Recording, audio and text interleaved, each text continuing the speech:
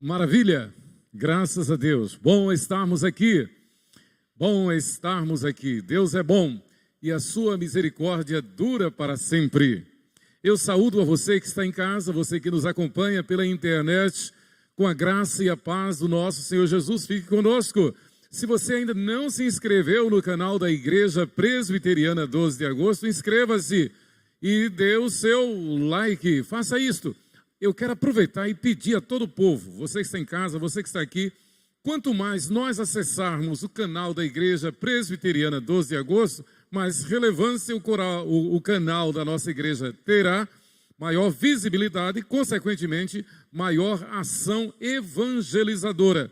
Então, mesmo os que estão aqui presencialmente, acessem o canal da Igreja Presbiteriana 12 de Agosto, Igreja Presbiteriana 12 de Agosto, e teremos maior relevância. Eu fico triste que às vezes a gente coloca Igreja Presbiteriana e aparece todas as igrejas presbiterianas, mas não aparece o da 12 de agosto. Então, quanto mais nós acessarmos, obviamente, maior relevância terá o canal da nossa igreja, tá? Então vamos todos acessar, vamos dar o seu gostei, isto é importante, e vamos sim nos inscrever e vamos mandar para os nossos amigos, para os nossos conhecidos, mandar o link para que todos também possam se inscrever e dar o seu gostei no canal da Igreja Presbiteriana. Saudei aos que estão de forma remota e saúdo a todos que aqui estão presencialmente. Nós não viemos aqui por acaso. Nós não viemos aqui de moto próprio. Moto significa vontade. Foi Jesus quem disse, eu não vim de moto próprio, eu vim pela vontade do Pai. Nós não viemos por vontade própria, nós viemos trazidos pelo Espírito Santo. Porque o Espírito nos constrange a estar nessa casa que Ele mesmo chama de casa do Senhor, casa de oração. E acrescenta que daqui o Senhor ordena a sua bênção sobre todos os povos. Por isso que nós não cansamos de dizer que há bênçãos que nós só recebemos na igreja. Há bênçãos que nós só recebemos com a igreja reunida no templo. Louvado seja Deus. Muito bem, eu convido a todos a que abramos juntos o texto sagrado no livro de Romanos, na epístola de Paulo aos Romanos, no capítulo 5. E nós vamos ler apenas o versículo 1. Romanos, capítulo 5, versículo 1. Nós vamos ler. Romanos 5, versículo 1. Justificados, pois, mediante a fé, temos paz com Deus, por meio de nosso Senhor Jesus Cristo. Eu vou pedir aos irmãos que digam comigo, já deu para memorizar o versículo. Justificados, pois, mediante a fé, temos paz com Deus, por nosso Senhor Jesus Cristo. Senhor Deus e Pai, nós te louvamos pela tua presença. Te louvamos, ó Deus, pela tua graça que é melhor do que a vida. Te louvamos porque o Senhor Jesus Cristo é o príncipe da paz. Ele é o Senhor dos senhores, o Rei dos reis, o Senhor dos exércitos. É o príncipe da paz, é o nosso Senhor, Deus conosco. Pai, Deus Todo-Poderoso, te louvamos porque tu enviaste o teu Filho perfeito, nosso Senhor e Salvador Jesus Cristo, exatamente para nos dar a paz. Nós te pedimos, Pai, te agradecemos, pedindo que o teu Espírito, o Espírito Santo, nos revele a porção da tua palavra, que tu tens para o nosso alimento espiritual nesta hora. Pedimos e agradecemos no nome dele, de nosso advogado fiel, nosso Senhor e Salvador Jesus Cristo. Amém. Irmãos, eu quero falar sobre a paz. E nós cantamos há pouco sobre a paz que nós temos independe da sua ação. Certa feita foi feito um concurso para que fosse premiado o melhor quadro, a melhor pintura, o melhor artista plástico que conseguisse traduzir na arte o que é a paz. E foram várias telas magníficas, lindas, um campo tranquilo, com muitas flores, pássaros voando sobre flores, sobre jardins floridos, a paz de um rio que corria com águas tranquilas. Teve uma tela que foi a de um navio, a vela, no meio do oceano, navegando de uma forma tranquila. Cada quadro mais belo do que o outro. Houve um dos quadros, foi de uma criança que após mamar, dormia no colo de sua mãe. Claro, todos falando sobre paz. O quadro vencedor foi do artista que desenhou num penhasco, por trás de uma cachoeira, de um véu de águas tormentosas que desciam daquela cachoeira e daquela montanha de pedra por sobre a qual descia aquelas águas tormentosas em cascata. O artista teve a ideia de desenhar um arvoredo que nascera daquele penhasco, que até o barulho e o ar que saía da força daquela água balançava o galho daquela árvore. E na ponta daquele galho, ele desenhou o ninho de um passarinho. E a mamãe passarinho, ali estava, no quadro estava a figura, alimentando os seus filhotes. O ninho de um passarinho, num frágil galho de uma árvore que nascia de um lugar menos esperado, de um penhasco. Acontece. Aqui vizinho à nossa igreja, ao nosso templo, nessa casa vizinho aqui, durante muito tempo teve um pé de mamão no telhado da casa.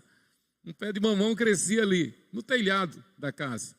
Mas o artista, então, ele teve a ideia de visualizar aquele galho, aquela árvore que saía daquela rocha. E a ideia de que na ponta daquele galho estava o ninho de um passarinho. Eu tenho visto isso. Lá perto da nossa casa tem uma mamãe garrincha que faz o ninho num lugar inóspito, obviamente.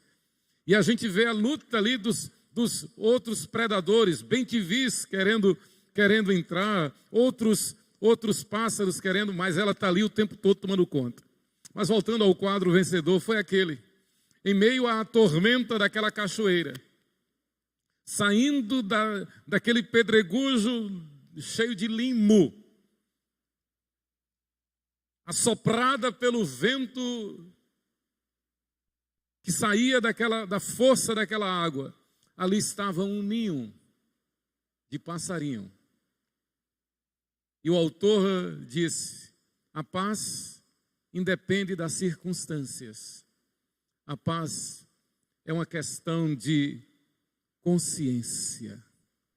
Obviamente que o passarinho não tem consciência, a natureza preparou aquele passarinho para isso, mas trazendo para a nossa realidade a consciência da paz, a consciência que nos dá a paz, obviamente em toda a história da humanidade, essa consciência, ela só pode existir, a consciência da paz só pode existir na consciência da presença de Deus conosco. Nós temos visto o desabafo de um pastor que estudou aqui no Brasil, estudou no Recife, no Seminário Batista, pastor jovem lá na Ucrânia, e ele tem enviado vários vídeos comunicando o que está acontecendo, comunicando da fé, da perseverança da igreja lá em Kiev. E ele tem dito em cada vídeo, ele disse: o que nos sustenta é que Deus é Deus conosco. Em meio à guerra nós temos a consciência do Emanuel, do Deus conosco. Queridos, neste texto o apóstolo Paulo está escrevendo para uma igreja que está no meio do furacão. A igreja está sofrendo todo tipo de aflição, todo tipo de perseguição, todo tipo de morte, tanto do lado dos judeus como do lado dos romanos. Nós podemos imaginar a igreja lá na cidade de Roma, como a igreja em todo o Império Romano, como pessoas não gratas, pessoas condenadas à morte. Ser cristão era reconhecer-se numa situação pior do que quem não tem o atestado de que foi vacinado, de que quem não entra numa repartição ou numa loja sem estar com a máscara. Eu tomei o maior susto hoje à tarde, entrei numa mercearia para comprar o pão e estava lá na fila, de repente a mulher do caixa deu um grito: senhor, era um moço que ia entrando, o senhor está sem máscara. Eu olhei para o senhor, era um senhor bem idoso, bem velhinho, mas ela falou numa rispidez, falou numa grosseria que assustou. Misericórdia, misericórdia. Devia ter uma máscara da educação, devia ter uma máscara que garantisse a educação. Que tristeza! Em meio a esse clima, a essa situação toda, nós podemos nos lembrar da aflição que passavam nossos irmãos lá em Roma. Eles estavam, como se diz literalmente, remando contra a maré. Eles estavam no olho do furacão. Eles estavam no meio de fogo cruzado. Pessoas não gratas. Pessoas que estavam sendo levadas à morte dia após dia. Era a aflição a ponto de um dos pais da igreja dizer: nós não podemos negar a nossa fé, claro, porque o nosso sangue é semente. Quanto mais vocês matarem os cristãos, mais os cristãos vão crescer. Louvado seja Deus. É a convicção de que a paz é a consciência de Deus conosco. Então Paulo está escrevendo, ele está doutrinando, a carta é o livro mais doutrinário, mais teológico da Bíblia. E ele aproveita o ensejo para falar que a paz é consequência da justificação pela fé. O apóstolo Paulo também diz que a paz é fruto do Espírito.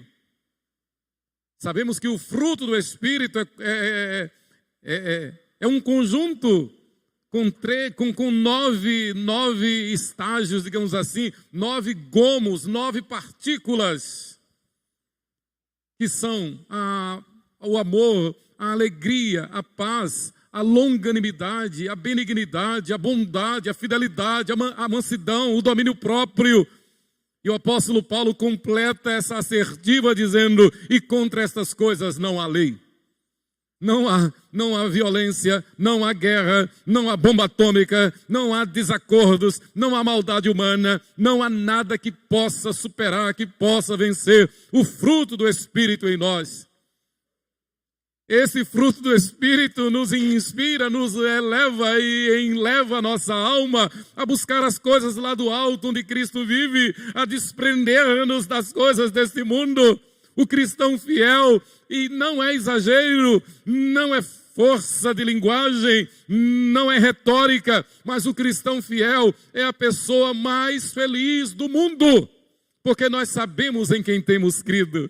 Nós sabemos que estamos passando por aqui rapidamente. Nós sabemos que a nossa vida não se limita a este tabernáculo terreno que é pó e ao pó voltará. Nós sabemos que a vida não se encerra nesta terra, não se encerra na sepultura. Nós sabemos que a vida continua e não continua conforme a vontade do homem, conforme a interpretação do homem, a interpretação da filosofia ou da religião. A vida continua conforme o propósito e decreto de Deus.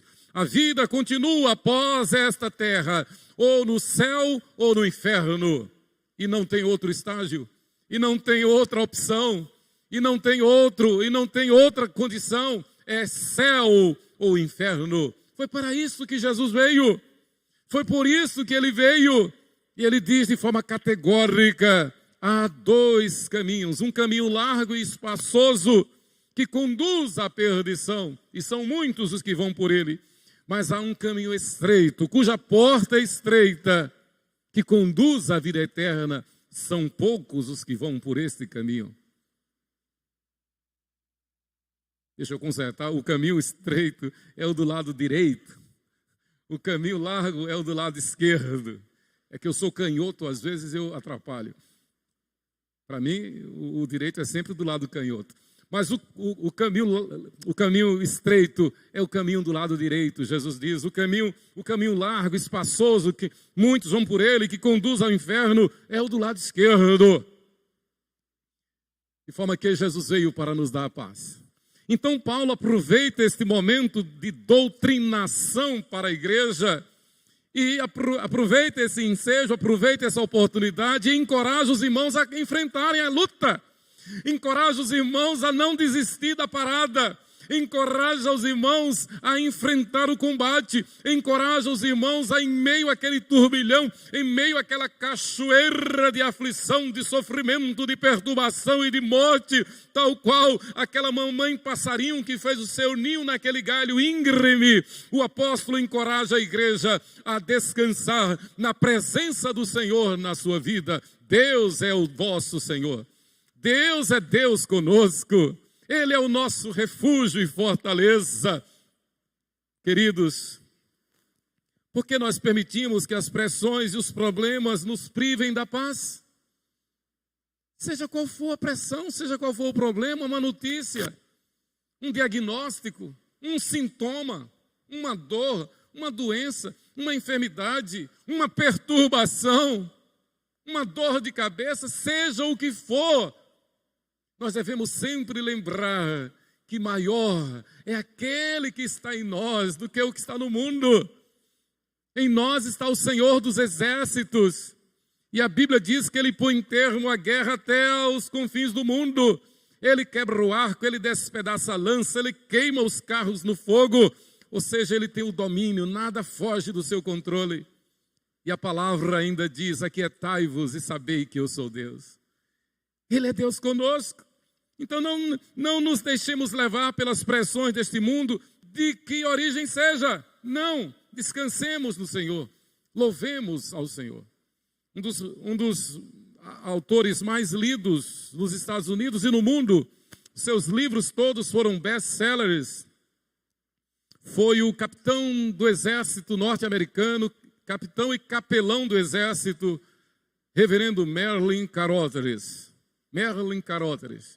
Ele escreveu uma série de livros sobre o louvor, o poder do louvor, o louvor e o perdão, o louvor que liberta, mostrando exatamente com a sua experiência de quem enfrentou a Segunda Guerra Mundial, quem enfrentou o fronte, quem esteve entre a vida e a morte lá na guerra, ele testemunhando de que em toda aquela aflição, o que o fez ter esperança e continuar lutando e crendo na vitória foi exatamente a consciência da presença de Deus consigo. E se Deus é Deus conosco, louvemos ao Senhor. Daí que ele escreveu vários livros com esse tema. O poder do louvor, o louvor que liberta, louvor em ação, o louvor e o perdão. Louvemos ao Senhor. Seja o que for que esteja acontecendo, louvemos ao Senhor. Queridos, este item do fruto do Espírito começa a crescer tão logo nós conhecemos a Cristo. É impossível imaginar uma pessoa que teve um encontro com Jesus e não tenha paz. Jesus mostra isso de forma pedagógica, didática, lá no lar de Betânia, na casa dos 3 irmãos, Lázaro, Maria e Marta. Jesus mostra isso, repito, de forma pedagógica, didática. Chegou Jesus lá, Jesus sempre ia lá. Jesus era um hóspede desses 3 irmãos. E certa feita Jesus estava, e Maria, irmã de Marta e Lázaro, estava aos seus pés. Estava sentada aos pés de Jesus. Obviamente Jesus estava sentado, ela estava próximo, ouvindo as belas palavras do Mestre. Que prazer, que privilégio ouvir a doce voz do Senhor Jesus. Tem pessoas entre nós que a gente tem vontade de ficar a vida toda com elas, ouvindo delas, né? Dr. Russell Shedd, quando esteve aqui, Reverendo Messias Anacleto Rosa, nosso reitor do seminário, Reverendo Francisco Leonardo. Teremos um encontro com ele breve, se Deus permitir, todos os ex-alunos do Seminário Presbiteriano do Norte e o nosso reitor, reverendo Francisco Leonardo, lá em Recife. Tem pessoas que a gente tem o maior prazer e faria de tudo para estar ouvindo essas pessoas. Agora imagine Jesus. Maria estava aos pés de Jesus e de repente Marta brada lá de dentro e reclama e diz: Senhor, manda que Maria venha me ajudar. Eu estou aqui nos meus afazeres, eu estou aqui me desgastando, trabalhando, e Maria ia aos teus pés. E nós sabemos a resposta de Jesus: Marta, Maria escolheu a melhor parte. É tempo de ouvir a voz do Mestre, é tempo de aprender com o Senhor, há tempo para tudo. O Senhor estava na casa, ela não podia perder aquela oportunidade.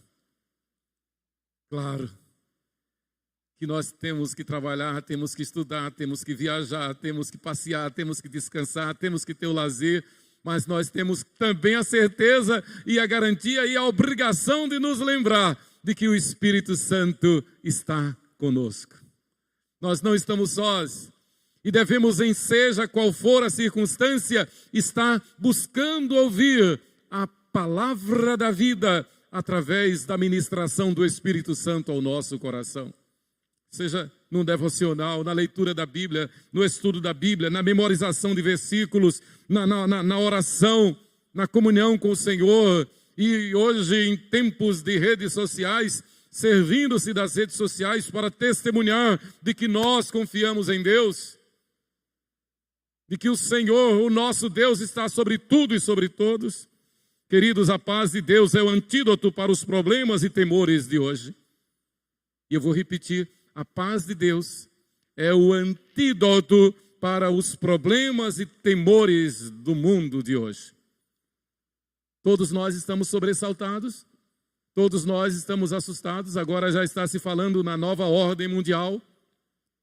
À luz da Bíblia, se pudermos fazer uma comparação, a Bíblia prenuncia isto, é um reino do anticristo, é um momento, é uma época de uma perseguição terrível, que os homens vão desejar a morte e a morte não vai chegar.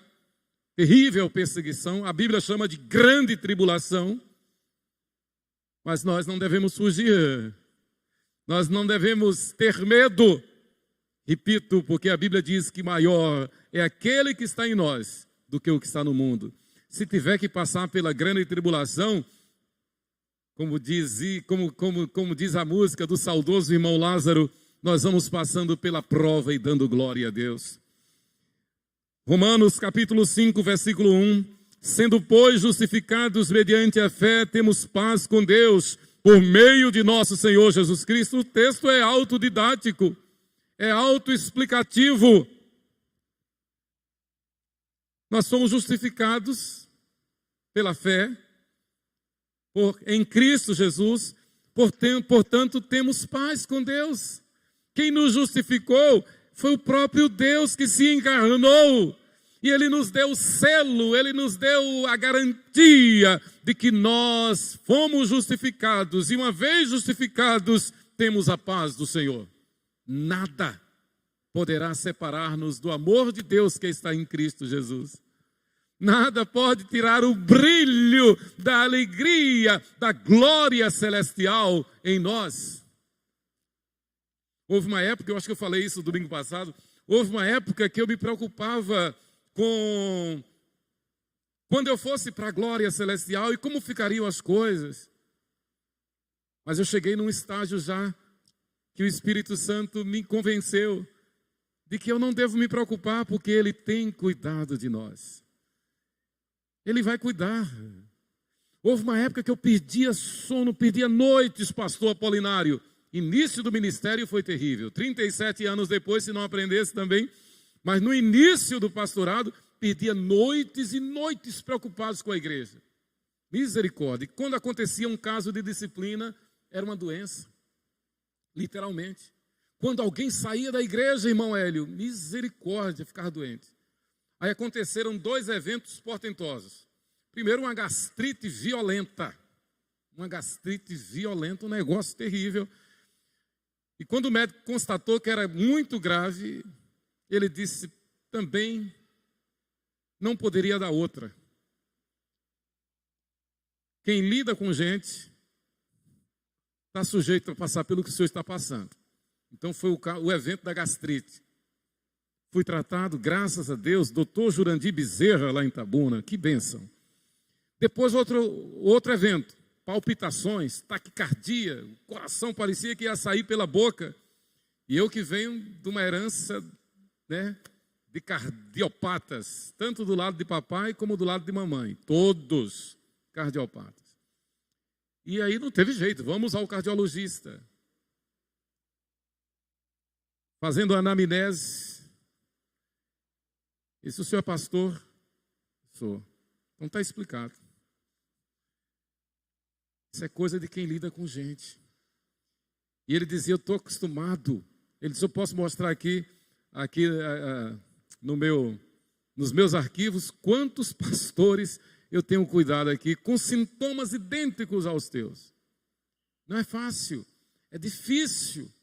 Mas muito disso, a verdade é que muito disso é porque muitas vezes nós nos esquecemos de agir como Maria e procuramos agir como Marta, achando que é pela nossa força, pelo nosso esforço, que a gente tem que arrumar a casa. Jesus está ali, descansa.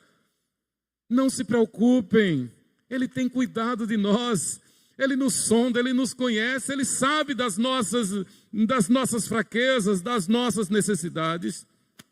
Então Paulo é categórico, nós somos justificados, então temos paz já. Se vier a perseguição, se vier a afronta, se tiver que perecer, pereceremos, mas dando glória a Deus. Se chegar a hora de partir desse mundo, louvado seja Deus, façamos cantando, façamos perdoando aqueles que nos maltratam, como fizeram Jesus e Estevão. Estevão sendo apedrejado, antes de dar, claro, momentos antes de dar o último suspiro, ele olha para os seus algozes, para aqueles bandidos, e olha para o alto dos céus e diz: Pai, perdoa-lhes, porque eles não sabem o que fazem. Mesmo que venha a perseguição, mesmo que venha a guerra, mesmo que estejamos em face da própria morte, não nos esqueçamos de que nós temos a paz de Deus, nós temos o perdão de Deus, nós temos o amor de Deus, nós temos a esperança que Deus nos dá, nós temos a alegria da salvação, nós temos a alegria da vida eterna, nós temos a certeza de que nós somos mais do que vencedores por meio daquele que nos amou. Isto não é refrão, isto não é força de expressão, isto não é clichê, isto é consciência da presença de Deus na nossa vida. Nossa consciência foi purificada quando justificados pela fé. Ser justificados pela fé, obviamente, significa que nós estávamos perdidos, nós estávamos mortos nos nossos delitos e pecados, condenados ao inferno, mas Deus, sendo rico em misericórdia, e por causa do seu grande amor com que nos amou, Ele nos tocou, Ele nos alcançou, Ele nos trouxe de um estágio de pecado e de condenação do inferno, Ele nos trouxe para si, Ele nos tomou em seus braços, Ele nos cobriu com as suas mãos, Ele nos encheu da sua graça e nos deu a certeza da vida eterna lá nos céus. Louvado seja o nome do Senhor. Queridos, então nossa consciência foi purificada. Nós começamos nosso crescimento cristão numa atmosfera de paz, da paz do Senhor. Por isso que convencionou-se dizer, quando um crente, quando um cristão está cheio da unção, cheio da graça, cheio de fervor, convencionou-se dizer: fulano está vivendo o primeiro amor. Esse primeiro amor não é para ser coisa de museu, não é para ser coisa do passado. Esse primeiro amor não é para cair no esquecimento. Esse primeiro amor não cessa. Nós temos a graça, a garantia, a unção de viver constantemente nesse primeiro amor. Quem lembra do saudoso presbítero Salles, o presbítero evangelista Salles, foi para a glória aos 94 anos de idade. Mas quem conheceu pode testemunhar de que mesmo no alto dos seus 94 anos de idade, o presbítero Sales vivia cheio da graça, cheio de alegria, cheio de renovo espiritual, intimidade com Deus, comunhão com Deus. Seu alvo, seu objetivo era evangelizar, era falar do amor de Deus, era testemunhar da sua conversão. E que conversão tremenda, que conversão tremenda. Um homem que vivia no pior do mundo das trevas, tipo um Agostinho de Hipona, e Jesus o chamou e fez aquele evangelista que nós conhecemos. Queridos, Romanos 5, versículo 1 a Romanos 8, versículo 39, constitui-se numa das mais magnificentes composições espirituais de todos os tempos. Romanos capítulo 5, 6, 7 e 8, até o versículo 39, o final. Essa seção da Bíblia, Romanos 5 a Romanos 8, tem por intuito demonstrar as bênçãos espirituais que fluem justamente da justificação pela fé. Uma vez justificados pela fé, nós temos a paz do Senhor, nós temos toda sorte de bênçãos espirituais nas regiões celestiais. Essa fé que é concedida por Deus a todos os salvos por Cristo, através do seu sacrifício, do sacrifício remidor de Cristo na cruz do Calvário. No dizer do Dr. Norman Russell Champlin, as bênçãos declaradas nesta seção, de Romanos 5 a 8, apresentam-se como os picos mais elevados na cordilheira da doutrina da justificação pela fé. Saber de que nós fomos justificados nos garante estar nos píncaros mais altos, descansando na paz do Senhor. E é como nós cantamos, esta paz que eu sinto em minha alma não é porque tudo me vai bem, é porque eu amo ao meu Senhor. Em Romanos 5, versículo 1, o apóstolo Paulo afirma que esta paz é decorrente do fato de o cristão haver sido reconciliado com Deus. Ora, o que nós mais queremos? Nós estávamos perdidos, mortos, sem vida, sem alegria. E a Bíblia, quando fala isso, está falando de pessoas que estão vivinhas da Silva, vendendo até saúde, fisicamente. É como aquele rico lá da parábola que nós vimos domingo passado. Fanfarrão, rico, inteligente, empreendedor, e chegou num estágio tal da sua fortuna, da sua riqueza, que ele não tinha mais onde guardar os seus bens. Então ele pensou, eu vou destruir tudo, os meus armazéns, os meus silos, e vou construir outros, porque a minha produção só cresce, só cresce. E então eu vou sentar e dizer, alma, descansa, regala-te, porque tem bens para toda a vida. Mas o Senhor Deus aparece aquele homem naquela noite e diz, você é um louco, porque essa noite eu vou te chamar. E o que você guardou, para quem será? Vai ficar aí. Querido, se nós temos a consciência de que o Senhor nos amou primeiro, se nós temos a consciência de que quando Deus se fez carne e veio habitar entre nós, cheio de graça e de verdade, e por obra do Espírito Santo foi gerado no ventre da Virgem Maria, e a Virgem Maria o deu à luz ali em Belém da Judeia. Aquele menino gerado pelo Espírito Santo no ventre da Virgem Maria recebeu o nome de Jesus, porque ele veio para salvar o seu povo dos pecados deles. Ele foi chamado também de Emanuel, porque ele é Deus conosco. Ele é o Filho perfeito de Deus, o Filho unigênito de Deus. E a teologia bíblica é que ele é o próprio Deus encarnado. É a culminância da obra, da ação, da graça, do poder de Deus, a Santíssima Trindade volvendo-se para nós, a Santíssima Trindade vindo ao nosso encontro, Deus Pai enviando Deus Filho, e pelo poder do Espírito Santo, enviando o Espírito Santo, pelo poder do Espírito Santo, enviando o Espírito Santo para nos convencer do pecado, da justiça e do juízo. para nos chamar a viver na sua presença. E ele então diz: anda na minha presença e ser perfeito. Para vivermos conforme a palavra, a Bíblia Sagrada, a nossa única regra de fé e de prática. Quanto mais nós lemos, quanto mais nós meditamos na palavra, mais nós crescemos em espírito e em verdade. Mais intimidade nós passamos a ter, obviamente, mais e mais da paz do Senhor em nosso coração. Este texto magnífico, esse texto que fala da paz. Então Paulo afirma que essa paz é decorrente da nossa reconciliação com Deus e tem como resultante o gozo dessa harmonia, dessa ordem, desse repouso, dessa unidade com Deus, que nos permite, como diz Russell Champlin, andar nos píncaros mais altos das montanhas mais elevadas. Esta é a paz que o mundo não conhece e jamais conhecerá. O mundo sempre viveu em guerra, desde Gênesis capítulo 3. Desde Gênesis capítulo 3, sempre guerra. Como alguém já disse, a luta dos seres humanos para sobreviver.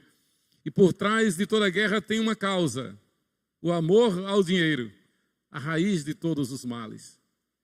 Numa guerra não tem mocinho nem bandido. Todos são bandidos. Guerra é guerra, como alguém já disse. A guerra é o retrato em 3D, é o retrato claro, é o retrato portentoso da natureza pecaminosa do homem. É o retrato do homem sem Deus. E não tem pacificador neste mundo. O único pacificador é o Senhor Jesus Cristo, o Rei da Glória. Não é por acaso, não é por outro motivo que ele é chamado de o Senhor dos Exércitos. Não é por outro motivo que o Salmo 46 diz: Deus é o nosso refúgio e fortaleza, socorro bem presente nas angústias. Ele põe termo à guerra até os confins do mundo, quebra o arco e despedaça a lança, queima os carros no fogo. Aquietai-vos e sabei que eu sou Deus. Nada foge ao seu controle. Ele sabe do que está acontecendo. E Ele nos chama, Ele nos conclama a estarmos como Maria aos seus pés. Ele nos lembra de que através do seu Filho perfeito, pelo seu sacrifício na cruz do Calvário, nós fomos justificados. E uma vez justificados, nós recebemos a paz do Senhor. Um dos problemas maiores da humanidade é justamente essa incerteza do amanhã. É o medo da morte. Simples assim, é o medo da morte. E esse medo se avoluma, esse medo cresce, se avoluma numa progressão geométrica, justamente pelo fato de não se saber para onde vai depois. Ou por imaginar um caminho que é falso, que não tem garantia, que não tem prova. Aí se inventa purgatório, limbo, reencarnação e nirvana e vida em outros planetas. Tudo mentira, porque não tem nenhum fundamento bíblico. O único fundamento é o que a Bíblia diz. Depois da morte, segue-se o juízo. O pó volta à terra como era e o Espírito volta a Deus que o deu. E Jesus em Mateus 10, 32 e 33... fecha com chave de ouro essa questão, dizendo: aquele que me confessar diante dos homens, eu o confessarei diante de meu Pai que está nos céus. Mas aquele que me negar diante dos homens, também eu o negarei diante de meu Pai que está nos céus. Aqueles que me obedecerem e forem fiéis a mim, eu lhes direi: vinde benditos de meu Pai, entrai no reino que vos está preparado desde a fundação do mundo. A vida eterna no céu. Aqueles que me desobedecerem, aqueles que me negarem, aqueles que não confessarem a mim como seu Senhor e Salvador, a estes eu lhes direi: apartai-vos de mim, malditos, nunca vos conheci. Ide para o lago que arde como fogo de enxofre, a saber, a segunda morte, o inferno. É assim. Não tem outra explicação. O que passar disso é de procedência maligna. No entanto, saber que nós fomos justificados pela fé nos garante a certeza da paz do Senhor, a harmonia com Deus, a comunhão com Deus e a vida eterna com Deus. Não tem maior alegria, não tem maior prazer. Por isso que o nosso catecismo diz que o fim principal e supremo do homem é amar a Deus e gozá-lo para sempre. É ter comunhão com Deus hoje, na certeza de que essa comunhão não cessará, não findará. Essa comunhão com Deus vai permanecer, como nós dizemos na bênção apostólica, pelos séculos dos séculos, para todo sempre. Que Deus nos abençoe. Amém. E nós vamos orar nesta noite, como sempre, na certeza, na convicção de que o Senhor é o príncipe da paz, de que nós temos a paz do Senhor, seja qual for o problema, saúde, financeiro, jurídico, relacionamento, emprego, guerra, seja qual for o problema, o Senhor dos exércitos está conosco. Nós temos a sua paz, e com a sua paz, como diz essa seção de Romanos, do capítulo 5 ao capítulo 8, 39, nós somos mais do que vencedores por meio daquele que nos amou. Que Deus nos abençoe. Amém.